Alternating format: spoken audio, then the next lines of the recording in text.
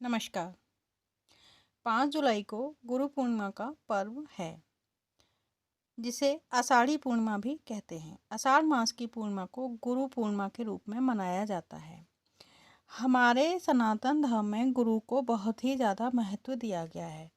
ईश्वर से भी पहले गुरु का पूजन किया जाता है। इसीलिए गुरु पूर्णिमा वाले दिन अपने गुरु का ध्यान, उनको दान दक्षिणा और उनका आशीर्वाद लेने की परंपरा हमारे सनातन धर्म में बहुत पुरानी है। अपने गुरु की सेवा करना, भक्ति करना ये बहुत ही ज़रूरी है। जब तक गुरु आपका नहीं आप बनाते हैं तो गुरु के बिना ज्ञान की प्राप्ति नहीं होती है। संत कबीरदास जी ने भी कहा था कि गुरु गोविंद दो उखड़े काके लागू पाएँ, बलिहारी गुरु आपने गोविंद दिया बताए। अर्थात ईश्वर की प्राप्ति के लिए भी हमें गुरु की आवश्यकता होती है। बिना गुरु के ईश्वर को प्राप्त नहीं किया जाता है।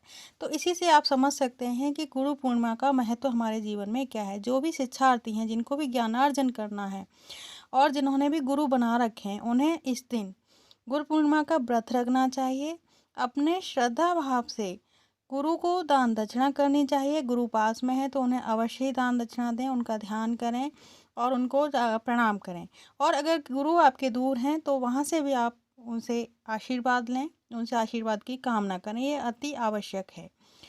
आषाढ़ी पूर्णमासी के दिन गुरु वेद व्यास का जन्म हुआ था, इसलिए उनके जन्म दिवस के रूप में भी आषाढ़ी पूर्णिमा को मनाया जाता है। इस दिन सुबह उठ करके पूजा अर्चना करनी चाहिए और ख़ास करके जो लोग विद्या अर्जन कर रहे हैं उन्हें अपने गुरु की सेवा आराधना अवश्य ही करनी चाहिए। गुरु का आशीर्वाद अगर आपको नहीं मिलेगा तो आप कभी भी जीवन में सफल नहीं हो सकते हैं। अगर हम भी आज यहाँ पर कुछ बता रहे हैं, बात कर रहे हैं, तो ये भी कहीं ना कहीं हमारे गुरुओं की ही देन है। बिना गुरु के न कोई शिक्षा किसी को प्राप्त नहीं होती है। और जो गुरु हम बनाते हैं उसके अलावा हर वो व्यक्ति गुरु है हमारा, जिससे हम कुछ भी सीखते हैं।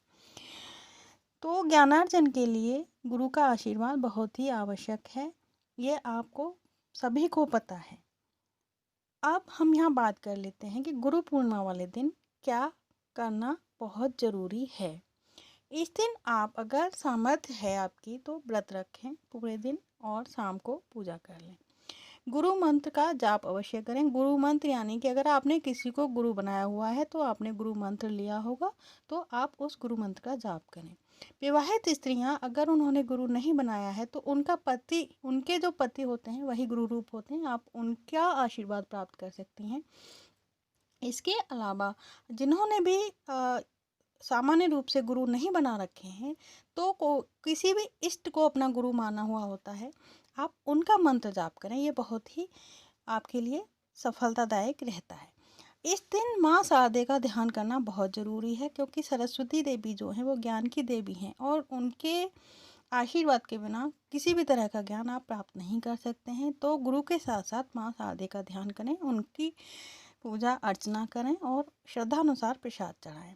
अपने गुरु का आशीर्वाद लें और जो भी आपके आसपास गुरु समान व्यक्ति हैं उनके चरण स्पर्श करके आशीर्वाद लें।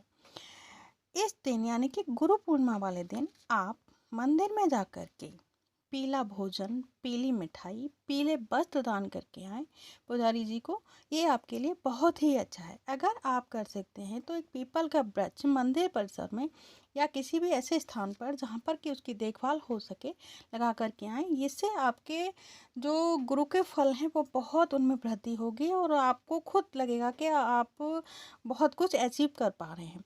तो अगर संभव है तो पीपल का वृक्ष अवश्य लगाएं, लेकिन ऐसी जगह पर वृक्ष लगाएं जहाँ पर कि उसकी सेवा हो सके। मंदिर परिसर में अगर आपको जगह मिलती है तो वहाँ पर आप पीपल का वृक्ष लगा सकते हैं। गुरु पूर्णिमा वाले दिन सुबह उठ करके नहा धो करके गुरु का ध्यान करें, भगवान की पूजा करें और माँ शारदे की पूजा करें। अगर आपकी सामर्थ्य है, आपकी श्रद्धा है, तो आप अपने गुरु को दक्षिणा के रूप में कुछ भेंट स्वरूप, कुछ उपहार भी दे सकते हैं।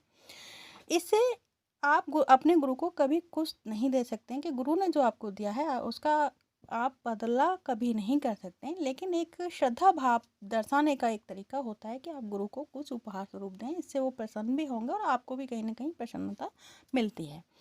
तो आप अपनी श्रद्धा अनुसार, अपनी सामर्थ्य अनुसार अपने गुरु को कुछ न कुछ दक्षिणा रूप में, उपहार स्वरूप अवश्य ही दें। मंदिर में आप मिठाई चढ़ा के आ सकते हैं। इस बार पूर्णमासी के दिन उपछाया ग्रहण भी लग रहा है, तो आप इसको अगर मानते हैं तो रात को आप पूजन नहीं करेंगे। हालांकि आप दिन में सूतक माने नहीं हैं, क्योंकि उपछाया ग्रहण है तो इसका भारत में कोई प्रभाव नहीं है, इसलिए आप कोई भी पूजा पाठ आराम से कर सकते हैं। आपको हमारा वीडियो कैसा लगा ये अवश्य बताइएगा। अगर आपने चैनल को सब्सक्राइब नहीं किया है तो प्लीज़ चैनल को सब्सक्राइब कर लीजिए। धन्यवाद।